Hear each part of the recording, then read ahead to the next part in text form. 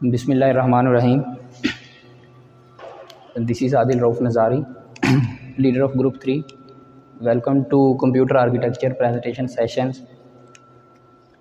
Today our presentation topic is scalability. कि scalability computer architectures में क्या होती है।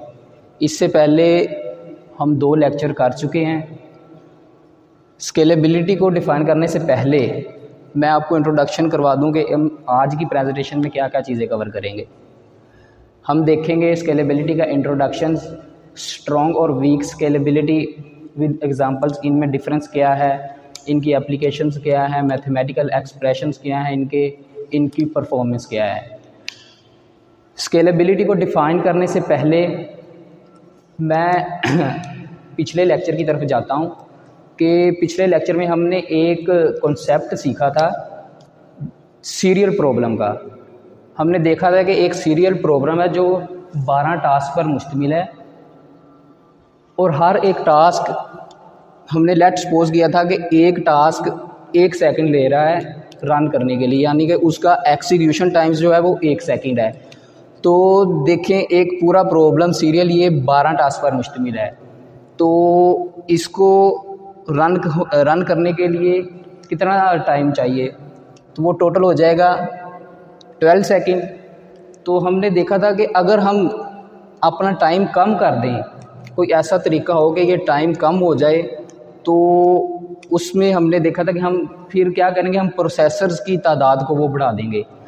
अगर इसी प्रॉब्लम को जो हम एक प्रोसेसर से करवा रहे हैं, अगर हम इसको 3 प्रोसेसर से करवाएं तो हमारा जो देखें 1 सेकंड ये ले रहा है, 1 सेकंड ये ले रहा है, 1 सेकंड जो है वो टास्क 3 और टास्क 4 के लिए, चारों 1-1 सेकंड, तो 12 सेकंड का जो टाइम है वो कम होके कितने सेकंड का हो गया है, 4 सेकंड का। ठीक है, तो प्रोसेसर बढ़ाने से हमारा जो एग्जीक्यूशन टाइम है वो कम हो जाता है। अब ये तो मैंने लफ्ज़ी आपको बता दिया, हम आगे देखेंगे इसको प्रैक्टिकली करके, इसके मैथमेटिकल एक्सप्रेशंस वीक स्केलिंग के थ्रू और स्ट्रॉन्ग स्केलिंग के थ्रू। अब हम चलते हैं अपने प्रॉपर जो आज का टॉपिक है स्केलेबिलिटी की तरफ। स्केलेबिलिटी क्या होती है? किसी भी प्रॉब्लम को हम कितना फास्टली एग्जीक्यूट करवा सकते हैं with n workers instead of 1, ये हमारे पास स्केलेबिलिटी होती है। यानी कि how much we obtain work with n worker instead of 1, तो ये हमें स्केलेबिलिटी बताती है। इसके अलावा हमारे पास पैरेलल एप्लीकेशंस में कम्युनिकेशन रिक्वायरमेंट्स की क्या इम्पैक्ट होता है, मैथमेटिकल प्रॉब्लम्स को सोल्व करने के लिए हमें कौन से फ्रैक्शन रिसोर्सेज चाहिए, वो सारा स्केलेबिलिटी के थ्रू हमें पता चलता है। इसका सिंपल जो मॉडल है S+P = 1, यानी कि सीरियल और पैरेलल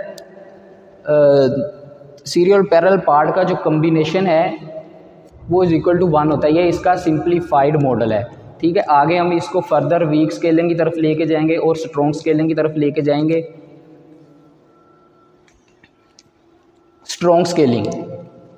स्ट्रॉन्ग स्केलिंग में हम किसी भी प्रॉब्लम का साइज़ वो फिक्स रखते हैं, लेकिन हम जो प्रोसेसर या वर्कर्स होते हैं उनकी तादाद को बढ़ाते रहते हैं। ठीक है, तो इससे जो हमें गोल अचीवमेंट होती है वो हमारे पास जो प्रॉब्लम का सॉल्यूशन का टाइम होता है वो मिनिमाइज़ हो जाता है। जबकि वीक स्केलिंग में क्या होता है, हम पर वर्कर के लिहाज से किसी भी टास्क को फिक्स कर देते हैं और मोर वर्कर्स या मोर प्रोसेसर की एडिशन करते रहते हैं। इससे जो प्रॉब्लम का साइज़ है वो इंक्रीज़ हो जाता है। तो इससे जो गोल अचीवमेंट हमें मिलती है वो ये होती है कि अगर हमारे पास बड़ा प्रॉब्लम आ जाता है तो हम वीक स्केलिंग के थ्रू इजीली उसको सोल्व कर सकते हैं। अब हम इसको डिटेल से देखते हैं कि कैसे ये मुमकिन है। अभी पीछे मैंने बताया है कि simple model S+P, S for serial part और P फॉर पैरेलल पार्ट।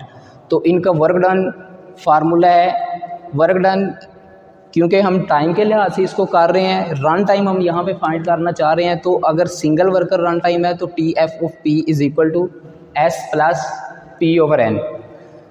अब इसी को अगर हम पैरेलल के लिए करें तो सिंपल है, बहुत इजी है। यहाँ P की जगह हम क्या कर देंगे 1 माइनस S, बाकी सारे का सारा सेम रह जाएगा। यानी कि ये हमारे पास P की वैल्यूज हो जाएगी किस केस में, पैरेलल में। ये हमारे पास सिंगल है सीरियल केस में, और अगर हम पैरेलल में करना चाहें तो P की जगह 1 माइनस S कर देंगे। ये चीज़ आप याद रखिएगा, अगली स्लाइड्स में ये चीज़ें काम आएगी। P is equal to 1 minus S।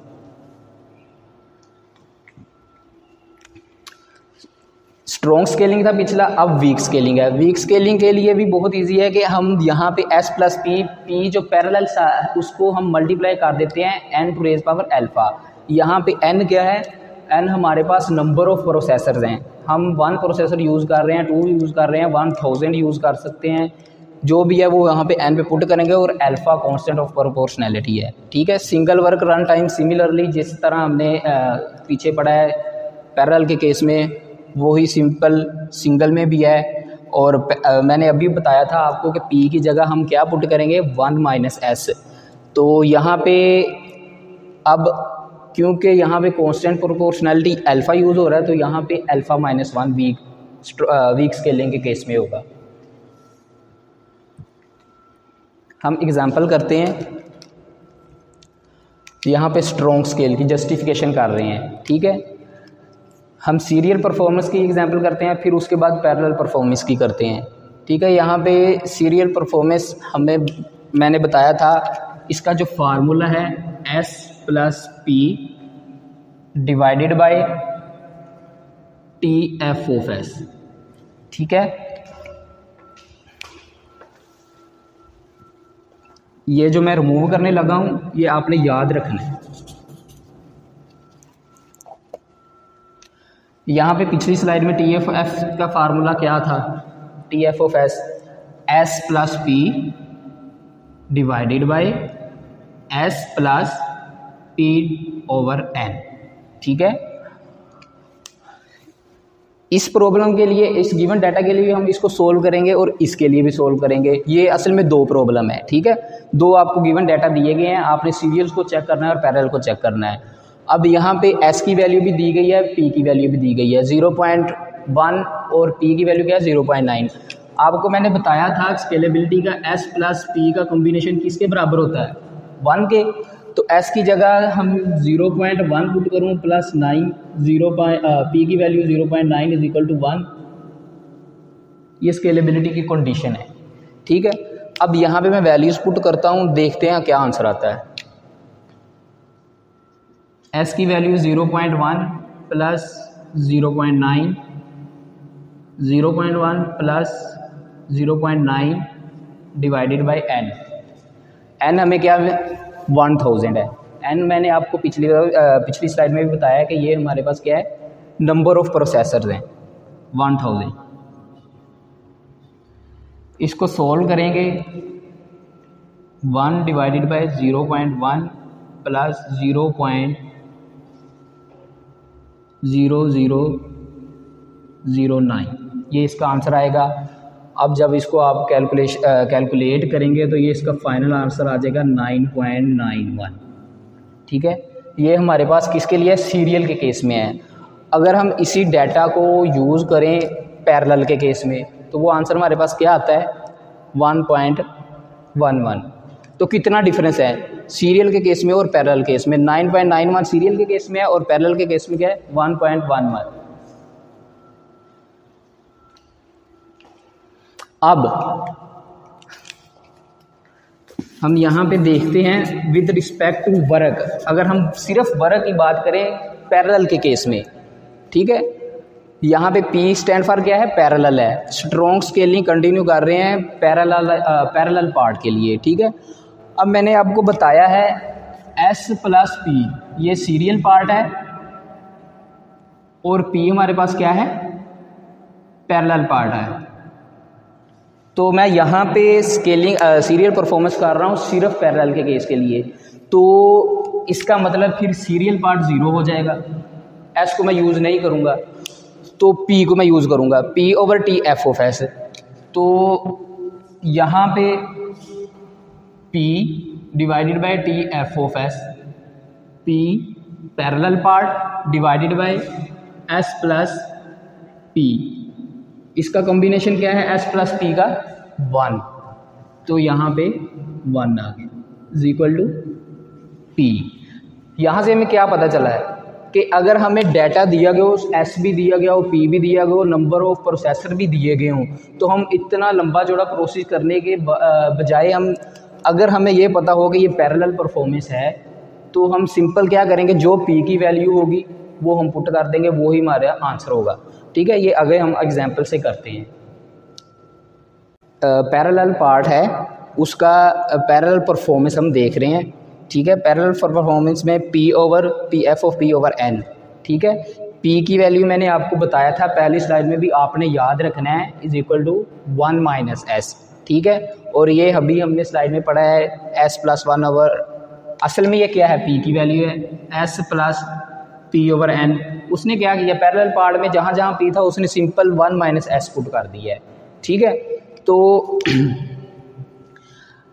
इससे हम ये करने का मकसद क्या है, इससे हम स्पीड अप का फार्मूला निकालेंगे। ठीक है, हमने कोई भी प्रॉब्लम सोल्व कर रहे हैं तो हमने ये जज करना होता है कि वो कितना टाइम ले रहा है, उसको कितनी स्पीड से चल रहा है, तो हमने इसीलिए पैरेलल पार्ट के लिए स्पीड अप का फार्मूला ले रहे हैं। ठीक है, तो स्पीड अप का ये रेशो होती है पैरेलल पार्ट की और इसकी सीरियल पार्ट की, इसकी रेशो होती है। उसने क्या किया, सिंपल इसको फार्मूलाज पुट किए हैं, 1 minus S over S plus 1 minus N over S, इसको डिवाइड कर दिया है पी से। ठीक है, तो यहाँ पे क्या है, ये पी इस एस 1 माइनस एस से कैंसिल हो जाएगा, क्योंकि पी और 1 माइनस एस एक ही है। 1 माइनस एस की जगह में अगर पी पुट करूँगा तो कैंसिल आउट होके फाइनल हमारे पास ये स्पीड अप का फार्मूला आ जाएगा। ठीक है,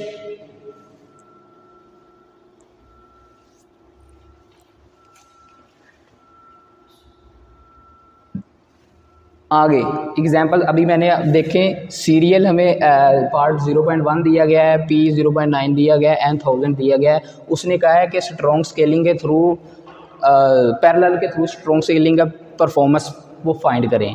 तो पिछला मैंने शॉर्ट ट्रिक बताया था कि अगर आपके पास ये पैरेलल पता चल जाए तो आप सिंपल जो पी की वैल्यू होगी वो आपका आंसर होगा। ठीक है, देखें पी की वैल्यू क्या है 0.9, तो यहाँ पे मैं 0.9 पुट करूँगा और ये टी एफ ऑफ एस किसके बराबर होता है, एस प्लस पी के, जिसका कॉम्बिनेशन क्या आता है 1, तो आंसर क्या आएगा 0.9। ठीक है, ये 0.9।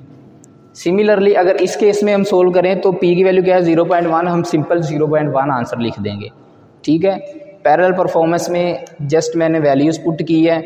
ठीक है, एस और एन आपको दिया गया है, वैल्यूज़ पुट करें तो आपके पास इस केस में लेफ्ट हैंड साइड का जो गिवन डाटा है उस केस में आपके पास 8.9 आ जाएगा, राइट हैंड साइड के लिए 0.11 आ जाएगा।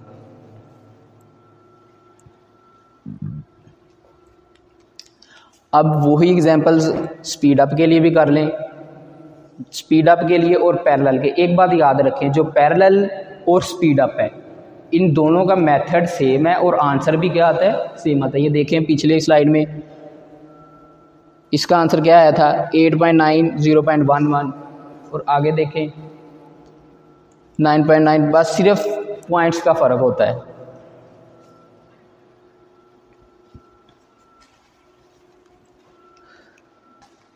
Now I would like to invite mister Zahid who continue the remaining slides. Hello everyone, my name is Muhammad Zahid. My group member Muhammad Adil was continuing his presentation. I will continue this presentation from weak scaling. if I talk about weak scaling in computer architecture, that defines the difference between the products of their computer architecture of the different processors. जो इस processor के अंदर जो हमारी quantity use हो रही है किसी भी चीज़ की, जो इसके अंदर प्रोग्रामिंग लैंग्वेजेस यूज़ हो रही हैं, वो इस चीज़ पे डिपेंड करते हैं कि आपका प्रोसेसर है वो कितना ज़्यादा आपको इन्हेंस कर रहा है आपके प्रोडक्ट को, आपको क्वांटिटी को इन्हेंस करने के लिए। अब अगर हम बात करें वीक स्केलिंग की, ठीक है, अगर मैं इस वीक स्केलिंग की बात करूं, वीक स्केलिंग को जैसे ऑलरेडी ग्रुप मेंबर ने डिफाइन किया है, तो उसके अंदर हम सीरियल परफॉर्मेंस को देखेंगे कि आपको पता है, तो आपको पता है कि सीरियल परफॉर्मेंस के अंदर हमने पीछे ये भी डिस्कस करके हैं कि S+P=1 होता है। अब हमने जब सीरियल परफॉर्मेंस के अंदर अपना प्रोडक्ट देखना है, that is the product of the serial performance that is S+P=1, तो अगर हम यहाँ पे 1 ओवर ये हमारे पास जो टाइम कंज्यूमर है इसके लिए वो इसके इक्वल टू 1 है, तो हम सीरियल परफॉर्मेंस को इस तरह से आइडेंटिफाई कर सकते हैं कि it is the ratio of their, हमारे पास जो टाइम यूज़ हो रहा है कंज्यूम हो रहा है, and plus their serial performance product S+P=1। ये इस चीज़ को आइडेंटिफाई कर रहा है कि हमारी जो स्केलिंग है वो कितनी वीक है, मतलब प्रोसेसर हमें इसके लिए कितने और ज़्यादा यूज़ करने पड़ेंगे ताकि हमारे पास जो कैशे है, कैशे के अंदर कोई मसला ना आ सके। नेक्स्ट अगर हम बात करें दैट इज़ पैरेलल परफॉर्मेंस, ठीक है। अब ये पैरेलल परफॉर्मेंस की बात करें, पैरेलल परफॉर्मेंस जो हमने पीछे देखी है, it is the ratio of strong scaling and weak scaling. अब इस पैरेलल परफॉर्मेंस के अंदर हमें पता है S+, इसके अंदर जो वेरिएबल मैंने यूज़ किया है, इसके अंदर जो मेरा वेरिएबल है दैट इज़ अल्फ़ा। अब इसके अंदर मैंने वेरिएबल यूज़ किया अल्फ़ा S+P, तो ऑलरेडी हमने देख लिया S+P=1 होता है। अब इसकी जो हमारे पास S+P n जो मैंने इस n का एक वेरिएबल यूज़ किया है, n का जो मैंने एक वेरिएबल यूज़ किया है, बेसिकली ये वेरिएबल इस चीज़ को डिफाइन कर रहा है कि इसके अंदर नंबर ऑफ प्रोसेसर्स के लिए कितनी क्वांटिटी यूज़ हो रही है। अब डिवाइडेड बाय इसका टाइम कितना कंज्यूम हो रहा है और इसके साथ उसने n को मल्टीप्लाई कर दिया, तो हमें पता है कि P= अगर हम देखें P, ये जो मेरे पास ये P को डिफाइन कर रहा है, P=1 - S। सिर्फ हमने पैरेलल परफॉर्मेंस में क्या किया कि P की जगह पे 1 - S पुट कर दिया है, तो इससे मुझे पैरेलल परफॉर्मेंस का जो फाइनली रिजल्ट मिल रहा है दैट इज़ SV, जो इस चीज़ को आइडेंटिफाई कर रहा है, this is our parallel performance. So next is Gustafson's law. अब हम इसको देखते हैं कि गुस्टाफ्सन्स लॉ क्या है और ये किस चीज़ को आइडेंटिफाई करता है। अब अगर हम देखें कि जो इन केस अगर अल्फ़ा की बात करें तो अल्फ़ा अगर 0 हो जाए, ठीक है, तो इससे हम क्या निकाल सकते हैं, अपना अहमदल्स लॉ निकाल सकते हैं। अहमदल्स लॉ इस चीज़ को डिनोट करता है कि पीछे हमने जो स्ट्रॉन्ग और वीक स्केलिंग डिस्क्राइब की है वो इस चीज़ को आइडेंटिफाई करता है कि अगर वहाँ पे अल्फ़ा 0 हो तो वहाँ से हम कह सकते हैं this is Amdahl's law that is used in weak scaling and strong scaling. अगर हम नेक्स्ट की बात करें, नेक्स्ट जो है ना वो that is the discovering a probability between 2 number 0 and 1। अब अल्फ़ा की वैल्यू इसमें रेंज किया, अगर अल्फ़ा की वैल्यू लेस देन 1 से और ग्रेटर देन 0 से, तो तब हम कह सकते हैं कि अब अल्फ़ा जो है ना वो alpha is less than n। इसका मतलब है कि n की जो वैल्यू है that is greater than alpha. तो वहाँ पे हम जो वेरिएबल यूज़ कर रहे थे वीक स्केलिंग के अंदर और स्ट्रॉन्ग स्केलिंग के अंदर, the variable that was n। अब इसकी क्वांटिटी, अब हम इधर से इनका रिलेशन देखें तो रिलेशन जो है वो उनका डायरेक्ट रिलेशन है, ठीक है। अगर अल्फ़ा की वैल्यू मैं ज़्यादा करता हूँ तो मेरे पास जो n number of processors use हो रहे हैं वहाँ पे वो इसकी वैल्यू डिक्रीज़ हो जाएगी। अगर हम n की वैल्यू इंक्रीज़ करते हैं तो ऑटोमेटिकली मेरे पास जो वेरिएबल कांस्टेंट है अल्फ़ा, वो उस लिहाज से उसकी वैल्यू जो है वो डिक्रीज़ हो जाएगी। अब हमने ऑलरेडी डिफाइन किया पीछे वीक स्केलिंग में कि पैरेलल कम्बिनेशन के अंदर जो SV है वो लीनियर होता है और उसके अंदर आपको पता है ये वाला मैंने वेरिएबल n की पावर अल्फ़ा ये यूज़ किया था। अभी हमने यहाँ पे देखा अल्फ़ा इज़ ग्रेटर, जो n है वो अल्फ़ा से ग्रेटर, तो इस चीज़ को हम कह सकते हैं कि अहमदल्स लॉ गेट अनलिमिटेड परफॉर्मेंस। अक्सर क्वेश्चन बच्चे पूछते हैं कि जो परफॉर्मेंस है वो किसकी ज़्यादा बेहतर है, तो ओबियसली हम अहमदल्स लॉ को यही देखेंगे कि क्योंकि इसकी जो परफॉर्मेंस है वो हमें नहीं पता चलता कहाँ पे जाकर रुकती है, बहुत ज़्यादा अपने आप को बार बार रीडिफाइन करता है और प्रोसेस करता है, इसके साथ ही इसकी जो परफॉर्मेंस है वो ज़्यादा एक्यूरेट हो जाती है। नेक्स्ट अगर हम बात करें तो गुस्टाफ्सन्स लॉ की बात कर रहे थे हम, तो इसके अंदर देखते हैं कि जो स्पीड अप लीनियर है, स्पीड अप के लिहाज से किस तरह से इसकी वैल्यू जो है वो चेंज होती है, ठीक है। अब हम देखें जब अल्फ़ा की वैल्यू 1 है, ठीक है, हमने क्या पढ़ा था, alpha is less than n, ठीक है, या इन दोनों का डायरेक्ट रिलेशन था। तो अगर हम अल्फ़ा को कहें alpha is greater than directly proportional to N, तो अब उसने क्या कहा है कि अगर मैं अल्फ़ा को किसके इक्वल रख देता हूँ, अल्फ़ा को 1 रख देता हूँ, तो जो हमारे पास स्पीड अप को हम इसी तरह से डिनोट करते थे ना, PVS, ये मेरा स्पीड अप है वो क्या होगा, लीनियर होगा। ठीक है, लीनियर होगा, अगर हम इसको लिखना चाहें लीनियर। अब लीनियर का मतलब ये है कि अगर मैं वहाँ पे कोई ग्राफिकल फॉर्म यूज़ कर रहा हूँ, तो ग्राफिकल फॉर्म में इसका स्पीड अप लीनियर होने का मकसद ये होगा कि एक साइड पे मैं क्या रख रहा हूँ, स्पीड अप रख रहा हूँ, और दूसरी साइड में मैं क्या ले रहा हूँ, टाइम ले रहा हूँ। तो इन दोनों के दरमियान जो ग्राफ का रिलेशनशिप होगा, that will be our straight line. That's why our speed up in weak and strong scaling is linear. Next हम बात करते हैं कि एस वी को उसने यहाँ पे रख लिया, s v equal to alpha equal to 1, तो हमने क्या किया, P equal to 1 minus s, just यहाँ पे भी P की वैल्यू 1 माइनस एस की इक्वल पुट की, ये n आपके पास कांस्टेंट लग रहा है। This is the final form of Gustafson's law. ठीक है, नेक्स्ट अगर हम बात करें कि जैसे स्ट्रॉन्ग स्केलिंग में ग्रुप मेंबर ने बताया था कि वर्क किस तरह से चेंज होता है, इसी तरह हम अपनी वीक स्केलिंग के अंदर देखेंगे कि वर्क डन जो है वो किस तरह से चेंज हो रहा है, किस तरह से हमारे प्रोसेसर के ऊपर वर्क अप हो रहा है, फिर उस लिहाज से वो आपकी जो क्वांटिटी है कि प्रोसेसर की स्पीड उसको किस तरह से यूज़ कर रहा है। अगर हम बात करें वर्क की, P only the parallelism part. अब पैरेललिज्म में क्या था, it was the ratio between serial part and parallel part. ठीक है, अब अगर हम वर्क की बात करें तो वर्क में भी ही होगा ना, ratio of serial part divided bye ratio of parallel part. ठीक है, तो इन दोनों की जो रेशियो है इसको हम बेसिकली वर्क के साथ आइडेंटिफाई कर रहे हैं। तो अब यहाँ पे जो उसने यूज़ किया है वो बेसिकली इसको P की इक्वल रखा है हमारे पास, जो इसका स्पीड अप का फॉर्मूला यूज़ हो रहा है, that is equal to P। अब सीरियल परफॉर्मेंस की बात करें तो सीरियल परफॉर्मेंस के अंदर स्पीड अप, उसके अंदर आपको ऑलरेडी बताया था कि वहाँ पे जो कांस्टेंट है वो यहाँ पे नंबर ऑफ प्रोसेसर्स कितनी n आइडेंटिफाइज प्रोसेसर्स क्वांटिटी। अब यहाँ पे प्रोसेसर जितने ज़्यादा होंगे उतनी ज़्यादा आपकी क्वांटिटी ज़्यादा होगी, और अल्फ़ा जो है इस चीज़ को आइडेंटिफाई कर रहा है कि अल्फ़ा का जो रिलेशन है वो directly relation to N, alpha greater less than N. और ये किस चीज़ से डिफर करेगा, P है, यहाँ पे क्वांटिटी कौन सी यूज़ हो जाए, P, तो P will change it self accordingly.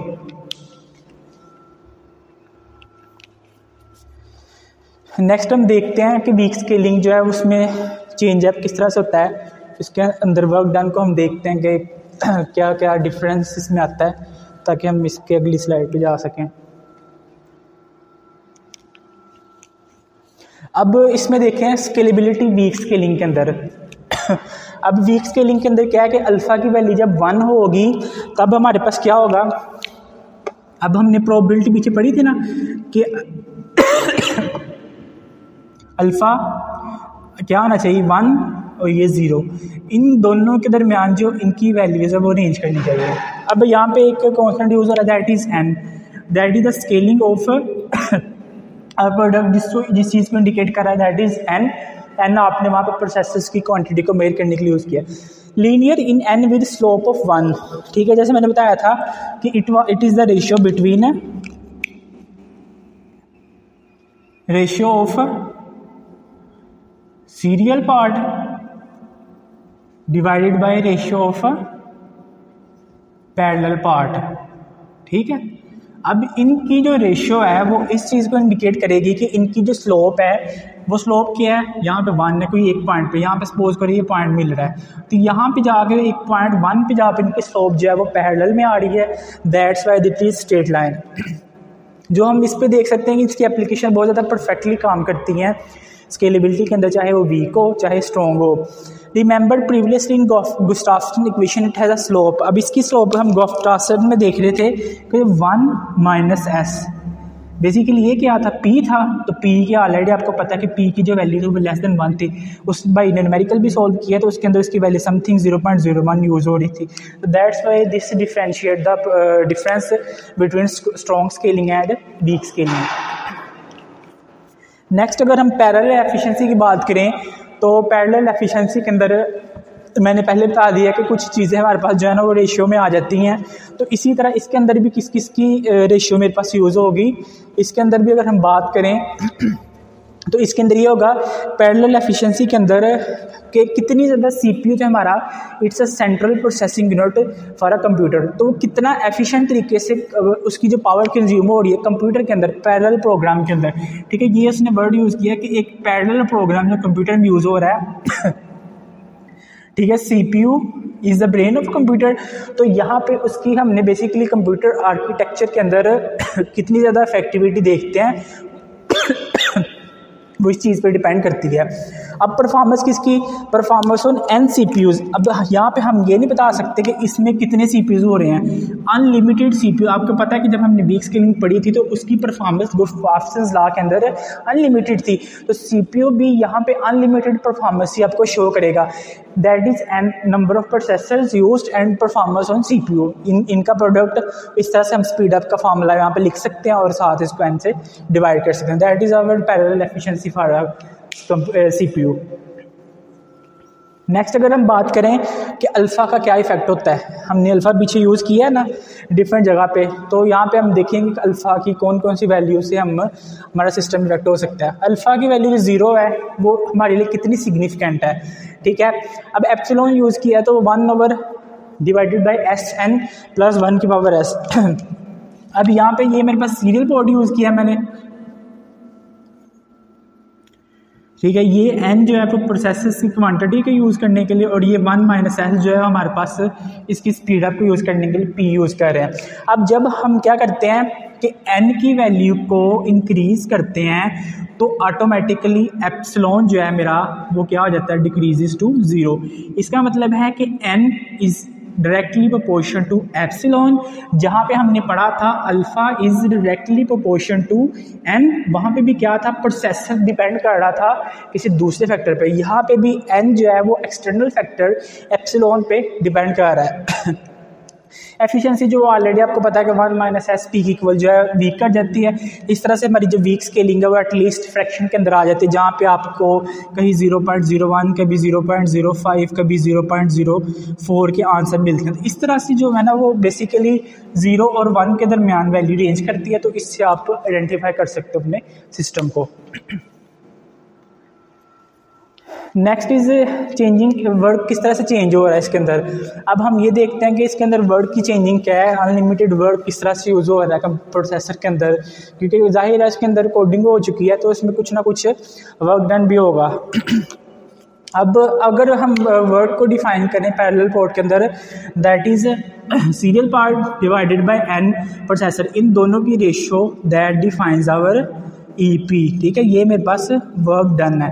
अब SPV स्पीड अप जो हमने पढ़ी थी वो थी n की power alpha minus 1 divided by S plus P into n alpha minus 1। तो ये प्रोडक्ट जो है इस चीज़ को आइडेंटिफाई कर रहा है हमारा वर्क किस तरह से चेंज हो रहा है। अब हम स्केलेबिलिटी इसके ऊपर अप्लाई कर सकते हैं, लेकिन उससे हमारा क्या होगा कि CPU के जो साइकिल्स हैं, ठीक है, उसके अंदर इस तरह से वेरिएशन आती है ना, ये एक साइकिल, ये दूसरा साइकिल, ये तीसरा साइकिल। तो ये जो साइकिल है पॉजिटिव साइकिल और नेगेटिव साइकिल इस चीज़ को बहुत ज़्यादा क्या करते हैं, हमारा इफ़ेक्ट करते हैं। अगर हम उसकी डिजिटल सिस्टम की बात करें तो वहाँ पे जो साइकिल्स हैं वो क्या होगा, मैक्सिमम पीक पे लोवेस्ट पीक पे जाएगा, तो वहाँ पे 0 मैक्सिमम। तो ये सारा फैक्टर्स इस चीज़ को आइडेंटिफाई करेंगे कि हमारा ये चीज़ ट्रू है कि नहीं है। अच्छा जी, अब हम इसका कंपैरिजन थोड़ा सा देखते हैं कि क्या यही मॉडल्स काफ़ी हैं हमारे लिए इन चीज़ों को देखने के लिए। तो अब इसमें यही देख सकते हैं हम अपनी चीज़ कि हमारे मॉडल्स कौन कौन सा हमारे लिए ज़्यादा फिट कंसीडर होता है। अहमदज़ लॉ जो वो स्ट्रॉन्ग स्केलिंग के लिए बहुत अच्छा मॉडल कंसीडर किया जाता है। ठीक है, गुफ्टन्स लॉ जो है वो हमारे पास वीक स्केलिंग के लिए यूज़ कर सकते हैं। प्रॉब्लम्स इन मॉडल के साथ यही है कि आप किस तरह से इनको कम्युनिकेट कर सकते हो और कौन सी स्केलिंग जो है वो ज़्यादा अच्छी है और कौन सी कमी, आप इन दोनों के फैक्टर्स पर डिपेंड करके अप्लाई कर सकते हो।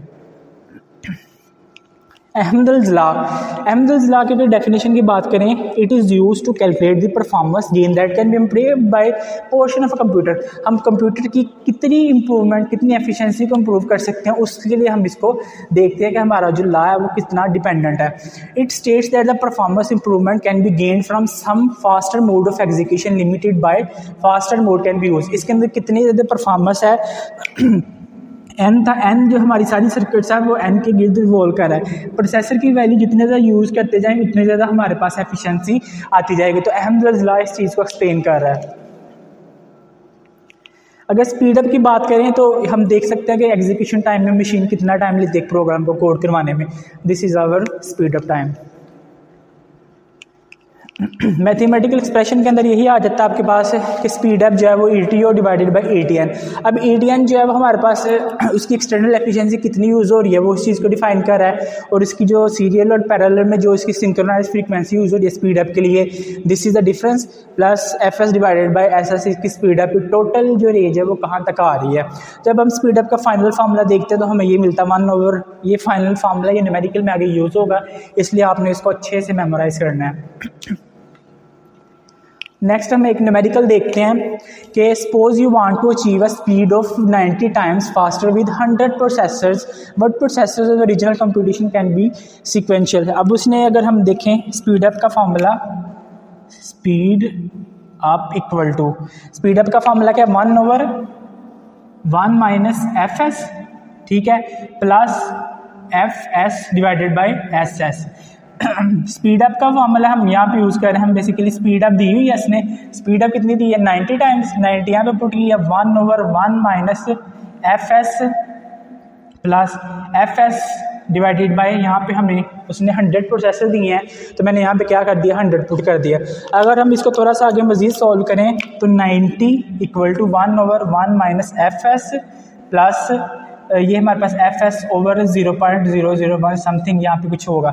अब हमने यहाँ पे बेसिकली FS फाइंड करना, तो यहाँ ठीक है। अब हम इस न्यूमेरिकल को सॉल्व कर रहे थे तो बेसिकली मैं बता रहा था कि यहाँ पे हमने 100 को पुट किया, 100 उसने क्या दिया हुआ, उसने प्रोसेसर्स की वैल्यू दी है जो इस चीज़ को इंडिकेट कर रही है, this is our N the value of processors.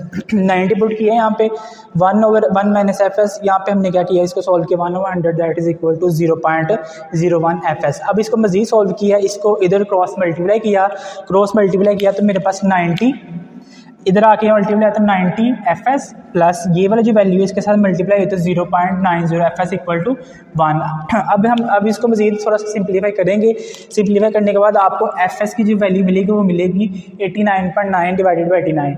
जब इसको मज़ीद आप सोल्व करोगे तो यहाँ पे जो मुझे परसेंटेज मिलेगी FS की वो क्या होगी 0.1%। इट्स मीन्स दैट कि हमें यहाँ पे कितनी परसेंटेज चाहिए सिक्वेंशियल कंपटीशन को मज़ीद सॉल्व करने के लिए, दैट इज़ आवर 0.1%। तो यहाँ तक हमारे पास यहाँ पे इसको सॉल्व करने के लिए इतनी ही परसेंटेज रिक्वायर्ड है। अस्सलाम वालेकुम, हुज़ैफ़ा हियर। जाहिद भाई पहले एक्सप्लेन कर रहे थे, मैं वहाँ से कंटिन्यू करूँगा।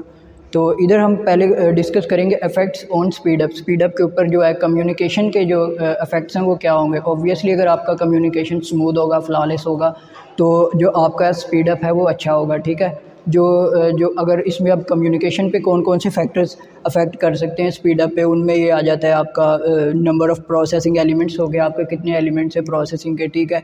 लैम्डा आ गया, आपका कम्युनिकेशन ओवरहेड आ गया, ठीक है। तो इसमें हमारे दो टाइप्स के नेटवर्क्स आ जाते हैं, ब्लॉकिंग और नॉन ब्लॉकिंग, ठीक है।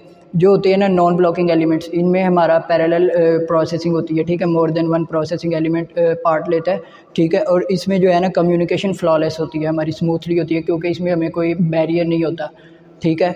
और उसके अलावा जो दूसरा हो जाता है वो होता है स्पीड अप, जो क्या कहते हैं ब्लॉकिंग एलिमेंट्स में होता है, ठीक है। उसमें हमारी लीन में जो होता है कम्युनिकेशन थोड़ा गैप आ जाता है, तो इसकी वजह से जो हमारी है ना स्पीड अप उस पर इफ़ेक्ट होता है, और जो नॉन ब्लॉकिंग है उन पे नहीं होता।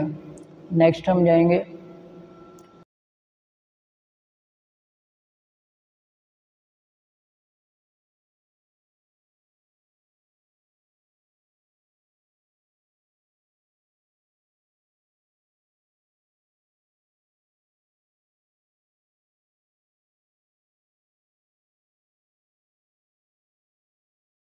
Predictive scalability for the different models, ठीक है। इधर हम स्केलेबिलिटी को डिस्कस करेंगे डिफरेंट मॉडल्स के लिए, ठीक है। स्पीड अप के लिए स्केलिंग, स्ट्रॉन्ग स्केलिंग, और जो दूसरे वाली, इसमें स्केलिंग के दो पार्ट्स आ जाते हैं, एक वीक स्केलिंग होती है और एक स्ट्रॉन्ग होती है। वीक में हमारा ये फ़र्ज़ कर लें हमारे पास एक प्रॉब्लम गिवन है, ठीक है, अगर स्मॉल प्रॉब्लम्स है तो जो हमारा सिस्टम होगा ना वो जो है कम रिसोर्सेज यूज़ करेगा, और जो हमारी एफिशिएंसी होगी, जो हमारी आउटपुट होगी, ठीक है, एग्जीक्यूशन होगी, उसको सेम रखेगा, यानी कांस्टेंट रखेगा। ठीक है, ठीक है। और अगर आपका फ़र्ज़ कर लें जो है प्रॉब्लम बढ़ गया है, प्रॉब्लम आपका थोड़ा सा बड़ा है, ठीक है, तो उसके लिए भी जो है ना आपका जो प्रोसेसर होगा वो ज़्यादा प्रोसेसिंग एलिमेंट्स को यूज़ करेगा, ज़्यादा कंपोनेंट्स को यूज़ करेगा, लेकिन आपका जो टाइम है ना वो कांस्टेंट रहेगा, सेम रहेगा। ठीक है, और उसमें आ जाता है, उसके बाद आ जाती है स्ट्रॉन्ग स्केलिंग। स्ट्रॉन्ग में ये है कि अगर आपका लाइक इशू बढ़ गया है, प्रॉब्लम जो है आपका ज़्यादा है, तो आपका जो प्रोसेसिंग एलिमेंट्स है, ठीक है, कंप्यूटर है जो, वो उनको बढ़ा देगा। लाइक उनके लिए ना इस तरह की साइनोसॉइडल वेव बन जाएगी। ठीक है, उसके ऊपर आपका प्रॉब्लम साइज़ सेम रहेगा, लेकिन वो टाइम को सेम रखने के लिए वो प्रोसेसिंग एलिमेंट्स को ज़्यादा यूज़ करेगा, यानी सिस्टम रिसोर्सेज को ज़्यादा यूज़ करेगा, जिसमें हमारी कॉस्ट ज़्यादा आ सकती है। ठीक है, इसमें अगर हम नेक्स्ट जाते हैं, आगे आ जाता है हमारा लोड इम्बैलेंस। लोड इम्बैलेंस क्यों आता है? इसमें हमारे कुछ फैक्टर्स आ जाते हैं लोड इम्बैलेंस में। लाइक हमारे पास अगर सिस्टम रिसोर्सेज हैं, सिस्टम रिसोर्सेज में से कुछ सिस्टम रिसोर्सेज अनयूज्ड रह जाते हैं। लाइक हमारे पास 4 एलिमेंट्स हैं, ठीक है, इसमें से हमारा जो सिस्टम है वो 3 रिसोर्सेज को यूज़ कर रहा है और एक अनयूज्ड रह जाता है, और इनको वो ज़्यादा क्वांटिटी में यूज़ कर रहा है, तो इससे हमारा जो है लोड इम्बैलेंस आ जाता है, सिस्टम की एफिशिएंसी इंप्रूव नहीं होती, नीचे चली जाती है। ठीक है, डाउनग्रेड हो जाती है, और उसकी वजह से हमारे सिस्टम पर काफ़ी फ़र्क पड़ जाता है। तो इसकी वजह से क्या होता है कि ना जो डिस्ट्रीब्यूशन है प्रोसेसेस की अमंग द नेटवर्क्स, वो उसके ऊपर इफ़ेक्ट होता है। ठीक है, और जो हमारी आगे से कम्युनिकेशन है उस पर भी इफ़ेक्ट आता है, और वो भी स्लो हो जाती है, जिसकी वजह से ऑटोमेटिकली एग्जीक्यूशन टाइम और आपका जो एग्जीक्यूशन है वो स्लो हो जाती है, और लोड बढ़ जाता है, और सिस्टम के हार्डवेयर पर भी इफ़ेक्ट होता है। ठीक है, और इसकी रीज़न्स क्या है? इसकी रीज़न्स ये है कि ऑब्वियसली अगर जो आपका पैरेलल सिस्टम है उसके अंदर तो सिस्टम जो है मोर देन 1 रिसोर्सेज यूज़ करता है। ठीक है, उसके अंदर आपके कम चांसेस होते हैं लोड इम्बैलेंस के, जबकि लोड इम्बैलेंस जो आपका होता है ना सिंगल प्रोसेसिंग नेटवर्क, उसके अंदर लोड इम्बैलेंस ज़्यादा आता है, उसके अंदर आपके डिलेज भी काफ़ी ज़्यादा आ जाते हैं, तो हार्डवेयर के ऊपर काफ़ी इफ़ेक्ट पड़ता है इसकी वजह से। ठीक है, नंबर ऑफ वर्कर्स कम होते हैं उसके अंदर। ठीक है, जिसकी वजह से आपके प्रोसेसिंग एलिमेंट्स कम हो जाते हैं, और जो लोड इम्बैलेंस आ जाता है, कोई एक ना एक हार्डवेयर का पार्ट ना ख़राब हो जाता है। और इसकी रीज़न एक ये भी है कि जो आपका ऑपरेटिंग सिस्टम है वो भी बोटलनेक कर जाता है हार्डवेयर के साथ। आपका जो ऑपरेटिंग सिस्टम है वो सपोर्ट नहीं करता हार्डवेयर को, अच्छे से सिंक्रोनाइज नहीं होता, तो जिसकी वजह से ना लोड पे फिर भी इम्बैलेंस आ जाता है, ओवर हीटिंग हो जाती है, और सिस्टम को ना मुकम्मल रिसोर्सेज नहीं मिल रहे होते। इसकी काफ़ी और भी रीज़न है जो मैंने एक्सप्लेन कर जाती हैं। अब एंड पे आ जाती है हमारी समरी। अपनी प्रेजेंटेशन को मैं समराइज़ करना चाहूँगा, एंड पे मैं समरी बयान करता हूँ। समरी में फ़र्स्ट ऑफ ऑल आ जाती है, हमने जो पढ़ा है वो है स्केलिंग में फ़र्स्ट ऑफ ऑल। ठीक है, स्केलिंग में हम पढ़ते हैं कि कंप्यूटर आर्किटेक्चर में हमारा वो प्रोसेस है जिसके थ्रू हम अपना हार्डवेयर, अपना सिस्टम जो है उसकी एफिशिएंसी को कैसे इंप्रूव कर सकते हैं, कैसे हम उसके अंदर एग्जीक्यूशन को इंप्रूव कर सकते हैं, कैसे हम उसके प्रोसेसेस में टाइम को मिनिमाइज़ कर सकते हैं। ठीक है, आगे स्केलिंग के 2 पार्ट्स आ जाते हैं, 2 टाइप्स आ जाते हैं। उनमें आ जाता है एक वीक स्केलिंग और एक strong scaling. Strong scaling involve होती है जिसमें हम सिस्टम जो होता है ना अपने नंबर ऑफ़ रिसोर्सेज को इंक्रीज़ करता है, लेकिन जो उसमें प्रॉब्लम का साइज़ होता है ना वो कांस्टेंट रहता है, वो सेम रहता है। ठीक है, इसके अंदर आ जाती है वीक स्केलिंग। इसके अंदर भी जो है ना वर्कलोड जो होता है सिस्टम का वो कांस्टेंट रहता है। ठीक है, जबकि प्रॉब्लम साइज़ ऑब्वियसली कांस्टेंट ही रहेगा, जिसकी वजह से जो आपकी एफिशिएंसी है, एग्जीक्यूशन टाइम है, वो एग्जैक्टली सेम रहता है। ठीक है, उसको इसीलिए वो वीक स्केलिंग कहा जाता है, उसको ना कांस्टेंट रखता है वो टाइम को। ठीक है, स्ट्रॉन्ग स्केलिंग को हम टिपिकली जो है साइंटिफिक सिमुलेशंस में यूज़ करते हैं, और वीक को हम ज़्यादातर फाइनाइट एलिमेंट एनालिसिस के अंदर यूज़ करते हैं। ठीक है, तो और जबकि both types of scalings are important in modern computer architecture, तो ठीक है, इनकी वजह से हम अपनी परफॉर्मेंस और एफिशिएंसी को इम्प्रूव करते हैं, यानी हम किसी एक को लो या हाई का रैंक नहीं कर सकते। इन दोनों की ये दोनों ही हमारी मॉडर्न कंप्यूटर टेक्नोलॉजी में इम्पोर्टेंट होती हैं। ठीक है, तो that was our presentation for the computer architecture and अल्लाह हाफिज़।